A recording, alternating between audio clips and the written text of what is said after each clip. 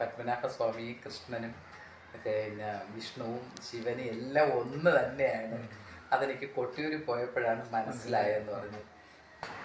ഈ ലേഖനമാണ് ലോകം മൊത്തം ഇപ്പം നഴ്സുമാരെ മാലാഖമാരെന്ന് വിളിക്കാൻ കാരണമായത്. ഞാൻ ഈ പുസ്തകം ഇത് സോനിയർ അടിച്ച് ഇത് എല്ലായിടത്തും കേരളം മൊത്തം ഇത് എത്തിച്ചു. ഇത്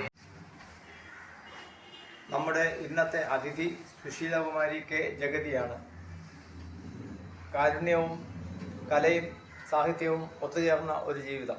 അക്ഷരങ്ങളെ സ്നേഹിക്കുന്ന, സാഹിത്യത്തെ ജീവവായുവായി കാണുന്ന സുശീലകുമാരിയുടെ ജീവിതം എഴുത്തിൻ്റെയും വായനയുടെയും ശക്തിക്ക് ഒരു ഉദാഹരണമാണ്. സേവനവും കലയും ഒരുമിച്ച് സമൂഹത്തിന് പ്രകാശമായി മാറിയ ഈ കലാകാരി സമൂഹത്തിന് ഒരു മാതൃക കൂടിയാണ്. നമസ്കാരം മാഡം. കുട്ടിക്കാലം മുതലേ സാഹിത്യവുമായിട്ട് ബന്ധപ്പെട്ടിരുന്നു. ആദ്യ രചന ഏതാണ് എന്നൊക്കെ പറഞ്ഞേക്കാം. എനിക്ക് ശരിക്കും 3 വയസ്സ് തൊട്ടേ പാട്ട്, കല എല്ലാം ഇഷ്ടമായിരുന്നു. എൻ്റെ അച്ഛൻ്റെ അമ്മ ചെറുതിലേ തന്നെ അതിനെല്ലാം പ്രോത്സാഹിപ്പിക്കുമായിരുന്നു. അവരുടെ കൂടെ ഉള്ള ഒരു പുരാണങ്ങളും കഥകളും അമ്പലത്തിലെ ഉത്സവവും പാട്ടും ഗാനമേളയും എല്ലാം ആസ്വദിച്ചാണ് ഞാൻ വളർന്നത്. അന്നേരം എനിക്ക് അതിൽ പാട്ടിനോടുള്ള ഇഷ്ടം ഒത്തിരി കൂടുതലായിരുന്നു. പിന്നെ എൻ്റെ അച്ഛൻ തന്നെ കവിതകളും കാണാതെ പറയും. ആശാൻ്റെ ദുരവസ്ഥ, വീണ പോകും എല്ലാം എൻ്റെ അച്ഛൻ കാണാതെ കംപ്ലീറ്റ് പറയുമായിരുന്നു. അപ്പോൾ അതൊക്കെ ചെറുതിലേ കേട്ട് വളർന്നതുകൊണ്ട് എനിക്ക് കവിതയോടും ഇഷ്ടമായിരുന്നു. അത് കഴിഞ്ഞിട്ട് ഞാനൊരു 10ാം ക്ലാസ്സിൽ പഠിക്കുമ്പോഴേ എഴുതി തുടങ്ങിയെങ്കിലും അപ്പോഴൊക്കെ നമുക്കത് പുറത്ത് കാണിക്കാനുള്ള ഒരു ധൈര്യമില്ലായിരുന്നു. അത് കഴിഞ്ഞിട്ട് കോളേജിൽ കവി മധുസൂദനൻ നായരുടെ സ്റ്റുഡൻ്റായിരുന്നു.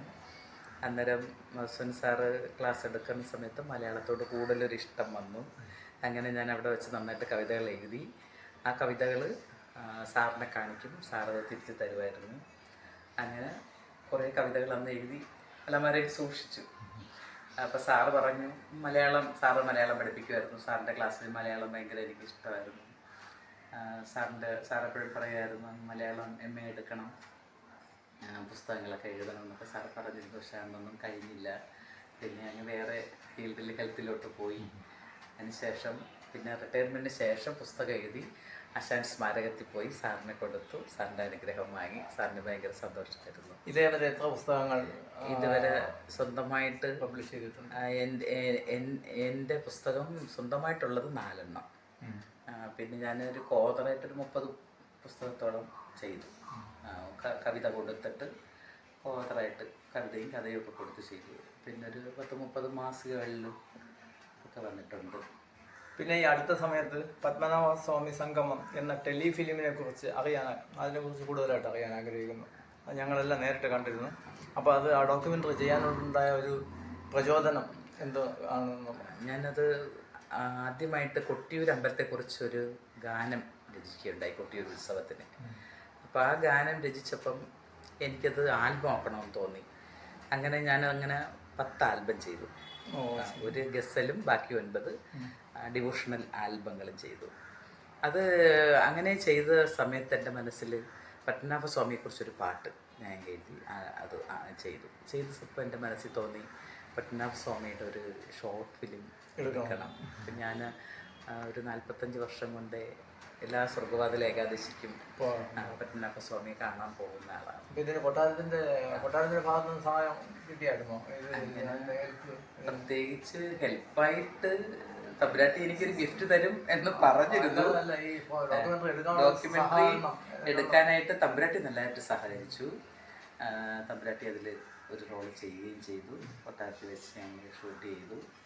പിന്നെ അമ്പലത്തിൻ്റെ വക ഒത്തിരി പെർമിഷനൊക്കെ വേണ്ടിയിട്ട് ഒത്തിരി ബുദ്ധിമുട്ടിയായിരുന്നു. അവിടുത്തെ 7 ഓഫീസേഴ്സിൻ്റെ പെർമിഷൻ വാങ്ങി. അങ്ങനെയൊക്കെ പിന്നെ സ്ക്രിപ്റ്റ് കാണണമെന്ന് പറഞ്ഞു തമ്പുരാട്ടിയെ സ്ക്രിപ്റ്റ് എഴുതി പ്രിൻ്റ് ഔട്ട് എടുത്ത് കൊണ്ടുവന്ന് കാണിച്ചു. ഷൂട്ട് ചെയ്യുന്നതിന് മുമ്പ് പാട്ടും തമ്പുരാട്ടിക്ക് ആദ്യമേ കേൾക്കണമെന്ന് പറഞ്ഞു. അതും കൊടുത്തു, അതും തിരുത്തി. അങ്ങനെ എല്ലാം അവരുടെ എല്ലാ അനുഗ്രഹത്തോടു കൂടിയാണ് ഞാൻ ചെയ്തത്. കൊച്ചുകുട്ടികൾക്ക് പ്രത്യേകിച്ച് മെസ്സേജ് ആയിട്ട് ഞങ്ങളൊക്കെ കണ്ടായിരുന്നു. വളരെ നന്നായിരുന്നു. ഞങ്ങൾ കൃഷ്ണകുളം ഫൗണ്ടേഷനിൽ ഒരുപാട് സ്ഥലത്ത് അത് പ്രദർശിപ്പിക്കുകയുണ്ടായി. ദൂരദർശനിൽ അത് പ്രദർശിപ്പിച്ചു കഴിഞ്ഞ വിഷുവിന്. അതിന് മുമ്പായിട്ട് ഞാൻ ഈ ഷോർട്ട് ഫിലിം ചെയ്തപ്പോൾ ഇതൊരു മെസ്സേജ് ആയതുകൊണ്ട് ഇംഗ്ലീഷ് സബ് ടൈറ്റിൽ വെച്ച് ലോകം മൊത്തം എത്തണമെന്നുള്ള ചെയ്തു. ചെയ്തിട്ട് ഞാൻ മോദിജിക്ക് അയച്ചു കൊടുത്തായിരുന്നു. അവിടെ ഡൽഹിയിൽ നിന്ന് 2 പ്രാവശ്യം എന്നെ വിളിച്ചു. അപ്പോൾ അവരെന്ത് വേണം എന്നോട് ചോദിച്ചു. അവരുദ്ദേശിച്ചു പൈസക്കായിരിക്കും അവരുദ്ദേശിച്ചു ആദ്യം. ഞാൻ പറഞ്ഞു ഞാൻ പൈസയ്ക്ക് വേണ്ടി അങ്ങനെ ചെയ്തതല്ല, ഞാനത് പൈസയ്ക്ക് വേണ്ടിയല്ല, പക്ഷേ അത് ലോകം മൊത്തം ഈ മെസ്സേജ് എത്തണം, അതിന് വേണ്ടിയിട്ടാണ്. പിന്നെ അങ്ങനെ അതിനുശേഷം അത് ദൂരദർശനിൽ സംപ്രേഷണം ചെയ്തു. കഴിഞ്ഞ വിഷുവിൻ്റെ അന്ന് ദൂരദർശൻകാർ ചെയ്തു. സേവനത്തിൻ്റെയും കലയുടെയും സാഹചര്യത്തിൻ്റെയും വഴിയിലേക്ക് ഒരേ സമയം സഞ്ചരിക്കാൻ ഉള്ള ഘടകങ്ങൾ എന്തൊക്കെയാണ്? ഇതെല്ലാം കൂടെ ഒരുമിച്ച് കൊണ്ടുപോകാൻ അങ്ങനെ ഹെൽത്തിൽ 40 വർഷം വർക്ക് ചെയ്തതാണ്. അപ്പോൾ ഹെൽത്ത് ഡിപ്പാർട്ട്മെൻറ്റിൽ ഇരിക്കുമ്പോൾ ഒരുപാട് ചാരിറ്റീസ് ഞാൻ ചെയ്തിട്ടുണ്ട്. അങ്ങനെ ചെയ്യുന്ന സമയത്തും അത് ആദ്യം ഒരു സ്റ്റാഫ് നേഴ്സായിട്ടാണ് ഞാൻ സർവീസിൽ കയറുന്നത്. അതിനുശേഷം പിന്നീട് ഞാൻ കോളേജ് ഓഫ് നഴ്സിംഗിൽ പോയി റെഗുലർ കോഴ്സ് ചെയ്ത് ഡിഗ്രി എടുത്തു. എന്നിട്ട് ജനറൽ ഹോസ്പിറ്റൽ നഴ്സിംഗ് സ്കൂളിൽ ട്യൂട്ടറായിട്ടാണ് റിട്ടയർ ചെയ്തത്. അപ്പോൾ ഇത് ചെയ്യുന്ന സമയത്തും എൻ്റെ മനസ്സിൽ ഈ കല ഇങ്ങനെ ഇരിപ്പുണ്ടായിരുന്നു. എനിക്കത് എപ്പോഴെങ്കിലും ഒന്ന് എൻ്റെ ഉള്ളിൽ ആ ഒരു കവിതയൊക്കെ ഒന്ന് പുറത്ത് വരണം എന്നുള്ളൊരാഗ്രഹം ഉണ്ടായിരുന്നു. അങ്ങനെ ഞാൻ റിട്ടയർമെൻറ്റിൽ എഴുതി തുടങ്ങി. അതൊരു പുസ്തകമാക്കാനുള്ള കവിത ആയപ്പം തെളിനീർ പബ്ലിഷിങ്ങിൽ ഷിബു സാറാണ് അത് ചെയ്തത്, ആദ്യത്തത്. അങ്ങനെ അത് ചെയ്ത സമയത്ത് തമ്പുരാട്ടിയതിന് അവതാരിക എഴുതി തന്നു. പത്മശ്രീ മധു സാറ് അത് സാറിൻ്റെ വീട്ടിൽ വെച്ച് TP ശാസ്തമംഗല സാറിനെ കൊടുത്ത് അത് റിലീസ് ചെയ്തു. അങ്ങനെ ഭയങ്കര ഒരു സന്തോഷമായിരുന്നു. സാറ് റിലീസ് ചെയ്തപ്പോൾ തന്നെ നമുക്കൊരു അനുഗ്രഹം, തമ്പുരാട്ടി സാറും അനുഗ്രഹിച്ചപ്പോൾ തന്നെ അതിനൊരു പ്രത്യേക അനുഗ്രഹം ഉണ്ടായി. അങ്ങനെ ആ പുസ്തകം ഒരു ടേണിംഗ് പോയിൻ്റ് ആയിരുന്നു. അതിനുശേഷം പിന്നെ എനിക്ക് ഒത്തിരി എഴുതണമെന്ന് തോന്നി. പിന്നെ എഴുതി. ഞാൻ മൂകാംബികയിൽ ദേവിയെ പോയി അവിടെ ഇരുന്നൊരു ദിവസം ധ്യാനിച്ചു. എനിക്കപ്പോൾ ഒത്തിരി കൂടുതലും ദേവിക്ക് സമർപ്പിച്ചു. ദേവിയുടെ ഒരു ഗാനം ചെയ്തു. അപ്പോൾ അങ്ങനെ ഈ പുസ്തകവും ദേവിയുടെ ഗാനവും കൂടെ ആയപ്പം എനിക്ക് അവാർഡുകൾ കിട്ടിത്തുടങ്ങി. അങ്ങനെ ഇപ്പോൾ എനിക്ക് 96 അവാർഡ് കിട്ടി എൻ്റെ എല്ലാ കലാപ്രവർത്തനത്തിനുമായിട്ട്. കുടുംബത്തെ കുറിച്ച് അറിയാൻ ആഗ്രഹിക്കുന്നു. വീട്ടിൽ ആരൊക്കെയുണ്ട്? അതുപോലെ തന്നെ ഈ കലാരംഗത്ത് അവരുടെ സഹകരണം എത്രമാത്രം എന്നുള്ളതോടെ അറിഞ്ഞാൽ. ഹസ്ബൻഡ് ഹിന്ദു ന്യൂസ് പേപ്പറിലായിരുന്നു, റിട്ടയർ ചെയ്തു.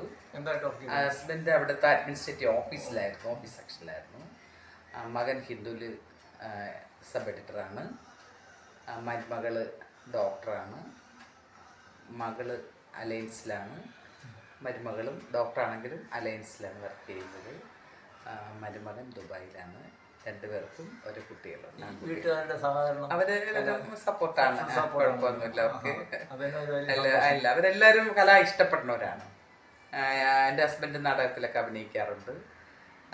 പിന്നെ മക്കളും സിനിമയും കലയും എല്ലാം ഇഷ്ടപ്പെടുന്നവരാണ്. അവർക്ക് അങ്ങനെ ഇതൊന്നും കുഴപ്പമില്ല.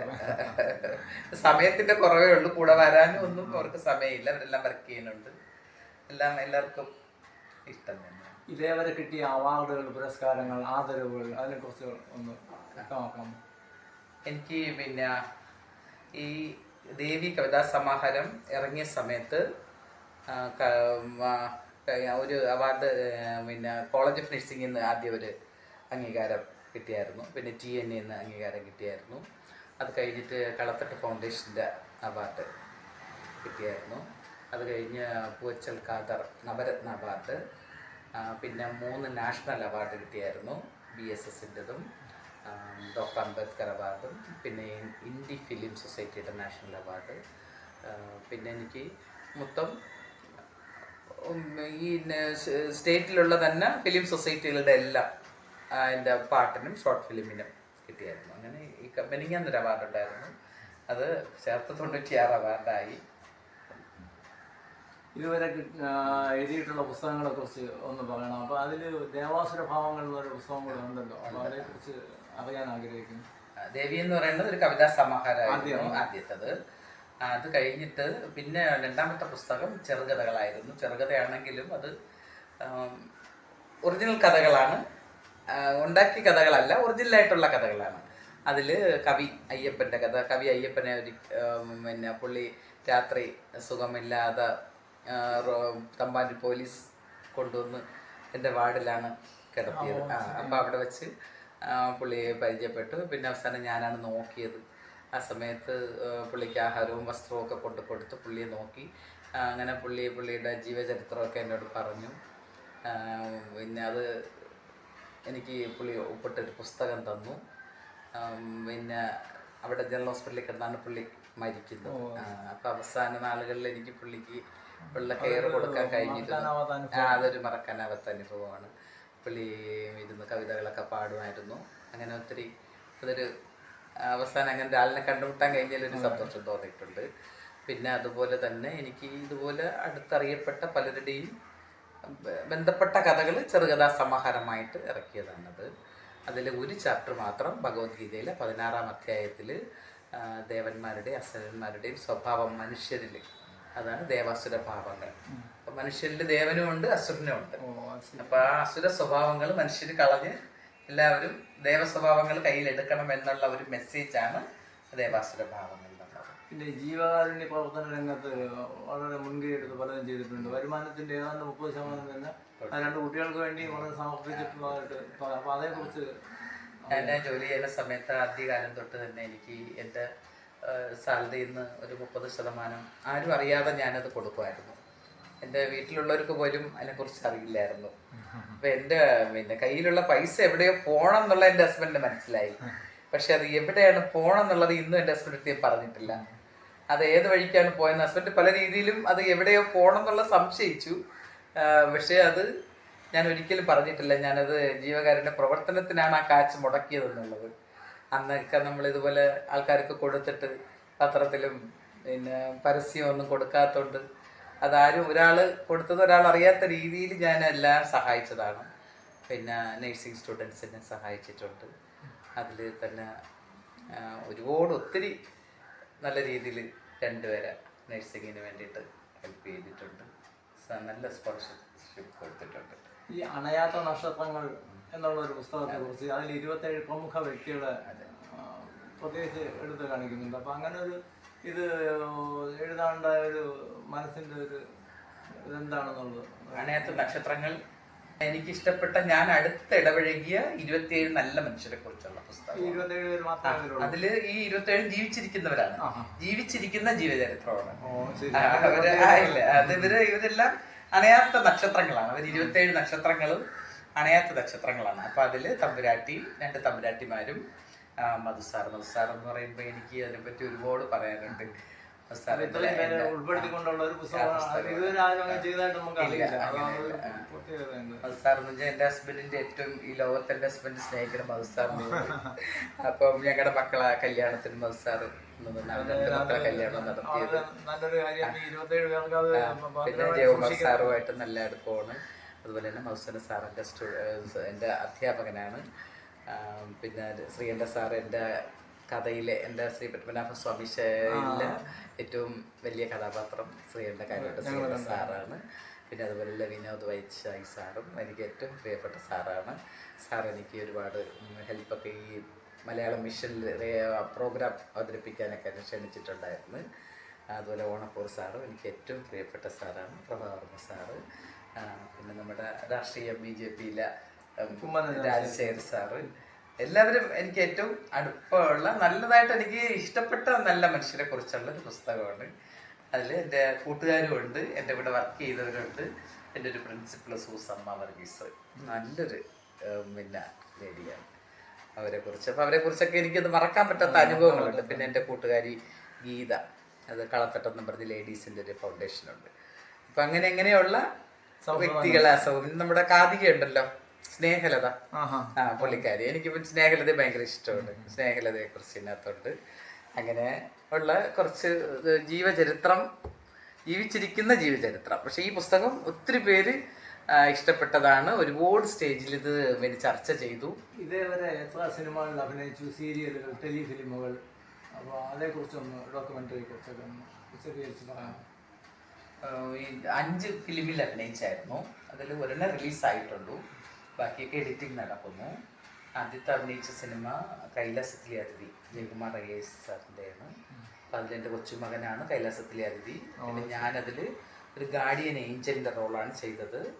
ഒരു കന്യാസ്ത്രീയുടെ വേഷം, കുറച്ച് ഇംഗ്ലീഷ് ഡയലോഗൊക്കെ ഉള്ള. അതാണ് ഫസ്റ്റ് ഫിലിം. അത് റിലീസ് ചെയ്തു. 100 സ്കൂളുകളിൽ അവർ പ്രദർശിപ്പിച്ചു. അമൃത TV പ്രദർശിപ്പിച്ചു. അത് അത് കഴിഞ്ഞിട്ട് ഇന്നലെ ഒരു ഷൂട്ടുണ്ടായിരുന്നു. അത് ചെഗുവേരയുടെ കഥയുള്ള അർജൻറ്റീന എന്ന് പറയുന്നൊരു ഫിലിമാണ്. അത് കഴിഞ്ഞ് ഇനിയിപ്പോൾ 2 ഫിലിമുണ്ട്, അടുത്ത ഉടനെ 2 ഫിലിമിൽ കൂടി ഷൂട്ടിംഗ് ഉണ്ട്. അത് കഴിഞ്ഞ് സീരിയൽ ശ്യാമാമ്പരത്തിൽ ജഡ്ജിയായിട്ട് ചെയ്തു. പിന്നെ പവിത്രത്തിലൊരു കല്യാണം.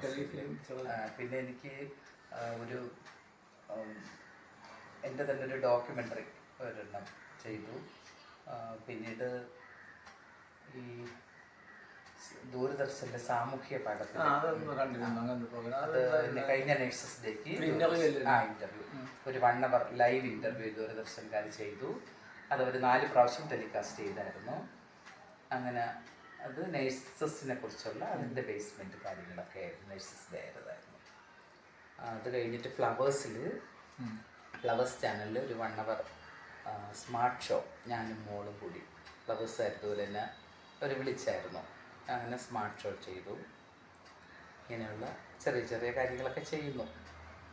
പിന്നെ കൊട്ടിയൂർ ക്ഷേത്ര ദർശനത്തെ കുറിച്ച് പറഞ്ഞിരുന്നല്ലോ, അപ്പോൾ അത് ജീവിതത്തിൽ മറക്കാനാവാത്ത ഒരു സംഭവമാണ് ആ ഒരു ഭൂമി ചെല്ലുക.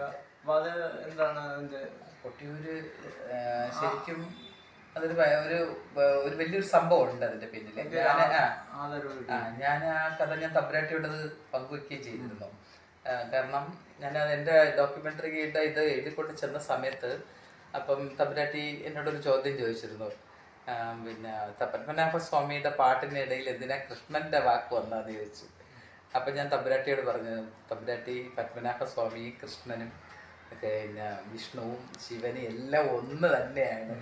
അതെനിക്ക് കൊട്ടിയൂർ പോയപ്പോഴാണ് മനസ്സിലായെന്ന് പറഞ്ഞു. അപ്പോൾ അത് തമ്പുരാട്ടിക്കും അതൊരു പുതിയ അനുഭവമായിരുന്നു.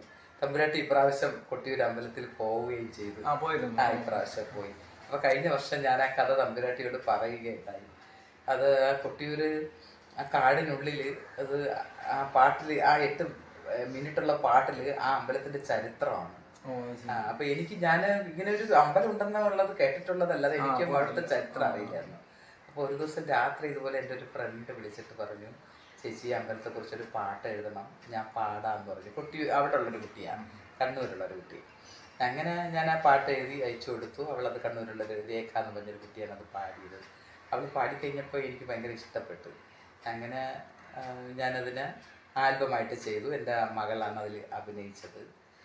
ശരിക്കും പിന്നെ ശിവനും വിഷ്ണുവും ഒരേ അവതാരം തന്നെയാണ്. അത് പല രൂപത്തിൽ 30 കോടി ദൈവങ്ങളെന്ന് പറയണമെങ്കിൽ ഇതെല്ലാം ഒന്നാണെന്നുള്ളത് നമ്മൾ ആ കൊട്ടിയൂര് ചെന്ന് കാല് വെക്കുമ്പോൾ മനസ്സിലാവും. ആ വെള്ളത്തിൽ, തണുത്ത വെള്ളത്തിൽ, ആ അവിടുത്തെ ഉത്സവം. അമ്പലം ഇല്ല, അവിടെ ക്ഷേത്രം ഇല്ല. ഇക്കരെ കൊട്ടിയൂര് ഒരു ക്ഷേത്രമുള്ളൂ, അക്കരെ കൊട്ടിയൂര് ക്ഷേത്രം ഇല്ല. വർഷത്തിലൊരിക്കല് ഒരു മാസമാണ് അവിടെ ദർശനം, ഈ ജൂൺ മാസത്തിൽ. അതിലും 21 ദിവസമേ നമുക്ക് സ്ത്രീകൾക്ക് പ്രവേശനമുള്ളൂ. അപ്പം അത് പോയപ്പം ആ കാട്ടിനുള്ളിൽ ഭയങ്കര ഒരു അനുഭവമായിരുന്നു അത്. ശരിക്കും എല്ലാവരും പോകണം. അത് പോയി അവിടുത്തെ ആ ഒരു വിശേഷമാണ്. ഞാൻ പോയിട്ട് 3 സ്ഥലങ്ങളിലാണ് എനിക്ക് വ്യത്യാസം അനുഭവപ്പെട്ടത്. നമ്മുടെ ചെല്ലുമ്പോൾ നമ്മുടെ ബോഡിയിൽ തന്നെ അത് ഫീൽ ചെയ്ത 3 സ്ഥലങ്ങളാണ്. ഒന്ന് കൊട്ടിയൂര്, നമുക്ക് ആ തണുപ്പ്, നമുക്ക് ആ ഒരു ഈശ്വരാധീനം ഫീൽ ചെയ്യുന്നത്.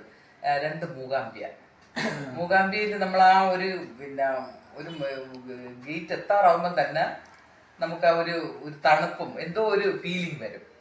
അതേ അനുഭവം തന്നെ ഇതുപോലെ നമുക്ക് തോന്നും. ആ ഒരു ഈശ്വരാധീനം ഉള്ളതായിട്ട് നമുക്ക് ഫീൽ ചെയ്യും.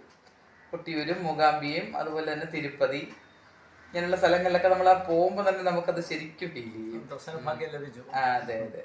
ഇതേവരെയുള്ള കലാപ്രവർത്തനത്തിൽ ഉണ്ടായിട്ടുള്ള ചാരിതാർത്ഥ്യം, സന്തോഷം എന്ന് വ്യക്തമാക്കാം. നാളത്തെ ആ ഒരു ശരിക്കും ഹെൽത്തിൽ ഇരുന്ന് ഒത്തിരി ചാരിറ്റി ഒക്കെ ചെയ്ത് ലക്ഷക്കണക്കിന് ജനനവും മരണവും ജനിമൃതികൾ ഇങ്ങനെ ലക്ഷക്കണക്കിന് കൈകാര്യം ചെയ്തു. ഒത്തിരി മരണവും ഒത്തിരി ജനനവും കണ്ട് തെക്കഡ് ഹോസ്പിറ്റലിലെ ലേബർ റൂമിൽ ഒത്തിരി പ്രസവം എല്ലാം എടുത്തിട്ടുണ്ട്. പക്ഷെ അതിലൊന്നും നമുക്ക് തോന്നാത്ത ഒരു സന്തോഷം ഈ ഒരു കഥയിലും കവിതയിലും പുസ്തകങ്ങളൊക്കെ രചിച്ചപ്പോൾ ഉണ്ടായി. ഈ പാട്ടുകൾ, ഈ ഡിവോഷണൽ സോങ്സ് ചെയ്തപ്പോഴും അങ്ങനെ ഒരു സന്തോഷം കിട്ടി. അത് എപ്പോഴും എനിക്ക് എന്താ, നമ്മൾ ഒരു വേദനയുടെ ലോകത്തുനിന്ന് മാറി ഇതൊരു സന്തോഷത്തിൻ്റെ ലോകമായിട്ട് തോന്നി ഈ കലയും സാഹിത്യവും വന്നപ്പോൾ. നേരത്തെയൊക്കെ നമ്മുടെ മനസ്സിൽ എപ്പോഴും ഈ കഷ്ടങ്ങൾ മാത്രം കണ്ടുകൊണ്ടിരുന്നതല്ലേ, അതെ. എല്ലാവരുടെയും വേദനയും കഷ്ടവും മാത്രമേ കണ്ടിട്ടുള്ളായിരുന്നു. ഇപ്പോഴാണ് ഈ റിട്ടയർമെന്റിന് ശേഷമാണ് മനുഷ്യർക്ക് സന്തോഷിക്കാനും ഇങ്ങനെയൊക്കെ വകുപ്പുകൾ ദൈവം തന്നിട്ടുണ്ടെന്ന് ശരിക്കും മനസ്സിലാവണത്. ഇപ്പോൾ ഇത്രയും നാളത്തെ സർക്കാർ സർവീസിൽ ഇരുന്നല്ലോ, എന്തെങ്കിലും മറക്കാനാവാത്ത അനുഭവങ്ങൾ ഏതെങ്കിലും ഉണ്ടോ? സർവീസിൽ ഇരുന്ന സമയത്ത് ഒരിക്കൽ ഒരു പേഷ്യൻ്റ് ഒരമ്മ മരിച്ചു. അത് ജനറൽ ഹോസ്പിറ്റലിൽ എത്താൻ പാടില്ലായിരുന്നു. ഒരമ്മയും മകനും മാത്രമേ ഉണ്ടായിരുന്നുള്ളൂ. അപ്പോൾ ഈ അമ്മ മരിച്ചപ്പോൾ ഈ മകന് രാത്രി കൊണ്ടുപോകാൻ ആളില്ല, പൈസ ഇല്ല. ഇവനവിടെ ഇങ്ങനെ വിഷമിച്ച് താടിക്ക് കൈയും കൊടുത്ത് ഇങ്ങനെ ഇരുന്ന് എൻ്റെ മുമ്പ് ഇരുന്ന് കരഞ്ഞൊരു സീന് അതെനിക്ക് മറക്കാൻ പറ്റാത്തതാണ്. ഞാൻ പിന്നെ അവനെ സമാധാനിപ്പിച്ച് എൻ്റെ കൂടെ ഡ്യൂട്ടി ഉണ്ടായിരുന്ന അറ്റൻഡറേയും കൂട്ടി പൈസയും കൊടുത്ത് ആംബുലൻസ് വിളിച്ച് അവരുടെ മരണ ചെലവിനുള്ള പൈസയും കൊടുത്ത് ഞാൻ അയച്ചായിരുന്നു. പിന്നെ അവനെ ഞാൻ കണ്ടിട്ടില്ല, കേട്ടിട്ടില്ല. എത്രയോ വർഷങ്ങൾക്ക് മുമ്പ് ഞാനത് ചെയ്തെങ്കിലും ഇന്നും എനിക്ക് അങ്ങനെ ഒരു കുട്ടി, ഒരു ആൺകുട്ടി ഇരുന്ന് കരയുന്നത് എൻ്റെ മനസ്സിലിങ്ങനെ കിടപ്പുണ്ട്. പക്ഷെ ഇന്ന് ഞാൻ കണ്ട തിരിച്ചറിയൂല. പക്ഷെ എന്നെ ചിലപ്പോൾ അവൻ തിരിച്ചറിയുമായിരിക്കും. പലരും എന്നെ ഇങ്ങോട്ട് ചോദിക്കും, ഒരു ഓട്ടോയിൽ കയറിയാലും ചോദിക്കും, ആ സിസ്റ്റർ ഇപ്പൊ എവിടെയാന്ന് ചോദിക്കും. എനിക്ക് പക്ഷെ അവരെയൊന്നും എനിക്ക് നമുക്ക് തിരിച്ചറിയാൻ പറ്റില്ല. എന്നാലും ഇത്രയും നേരം ഒരു അഭിമുഖത്തിന് സമയം അനുവദിച്ചു തന്നതിലുള്ള സന്തോഷം അറിയിക്കുന്നു. ഇനിയും കൂടുതൽ ഉയരങ്ങളിലെത്തില്ല. ഇനിയും ഞങ്ങൾക്ക് എപ്പോഴെങ്കിലും ഇവിടെ വരാനും വീണ്ടും ഒരു ഇൻ്റർവ്യൂ എടുക്കാൻ കഴിയും എന്നുള്ളൊരു ആത്മവിശ്വാസമുണ്ട്. നമ്മളോടൊപ്പം ഇവിടെ ക്യാമറ സഹായിച്ച ബിനു ലപ്പശ്ശേരി സാറുണ്ട്, പിന്നെ രാജ്കുമാർ കുടപ്പനക്കുന്ന് സാറുണ്ട്. എല്ലാവർക്കും നടത്തുന്നു. ഇനി ആളുകളൊന്ന് കാണിച്ചു തരണം. ഇതുവരെ കിട്ടിയിട്ടുള്ള പുരസ്കാരങ്ങളൊക്കെ ഉണ്ടല്ലോ, അതൊരു 3-4 കണ്ടാക്കമാണ്. ഇത് വാക്പടാനന്ദ പുരസ്കാരം, ഇത് നവപാവന ചാരിറ്റബിൾ ട്രസ്റ്റ്.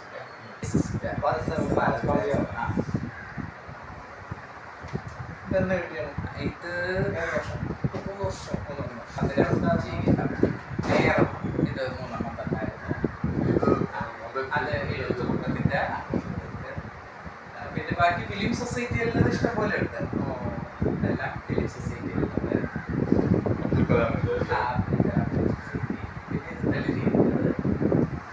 ആദ്യത്തെ പുസ്തകം ഇറക്കിയ അവര് മത്സരം നടത്തിയതിൽ അവരുടെ മത്സരത്തിൽ എനിക്ക് 4 പ്രൈസ് കിട്ടിയായിരുന്നു.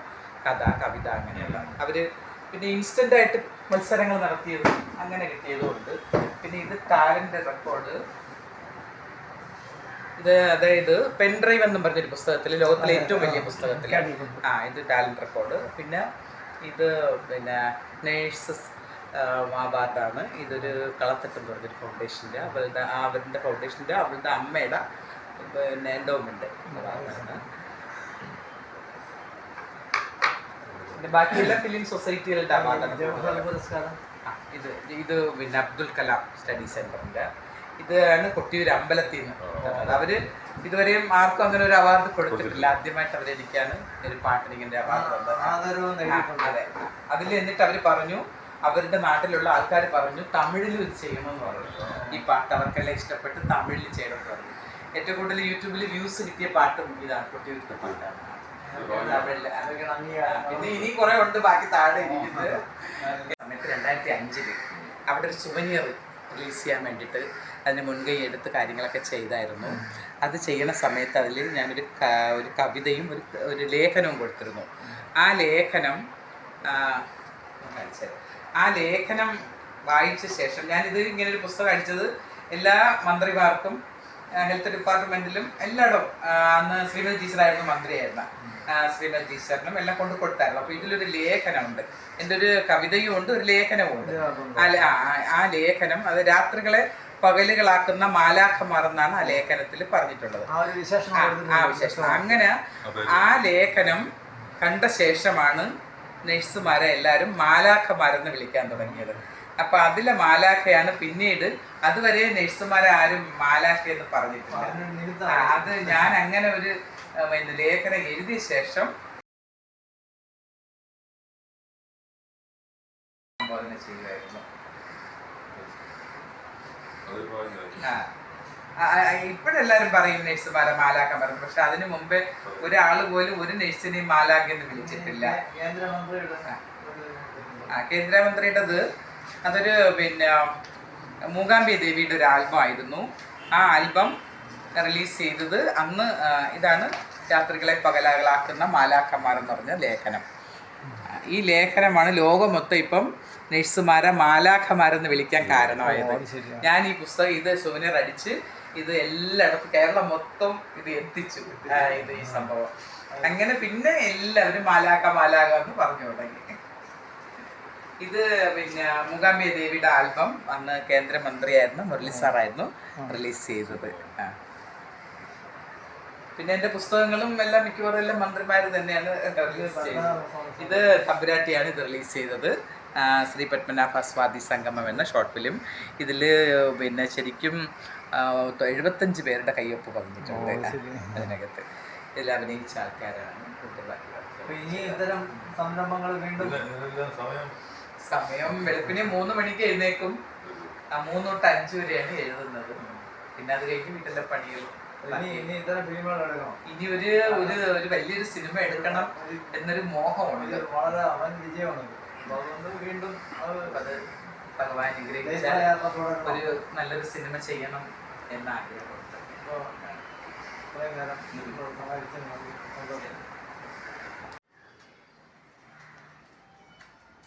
അപ്പോഴും സാർ ഇതുപോലെ തന്നെ ഇരിക്കണം. സാറിന് വ്യത്യാസമൊന്നുമില്ല. മോന്റെ കല്യാണം മോളെ കല്യാണം ഒക്കെ സാർ നല്ല ആരോഗ്യത്തോടെ തന്നെ ഇരുന്നു. അപ്പോഴേ എന്റെ ഹസ്ബൻഡ് പോയി കാറിൽ കൊണ്ടുവന്ന് എന്റെ പുസ്തകം ഇല്ല എനിക്ക് തന്നു. ഇരുപതാം തീയതി ആണോ?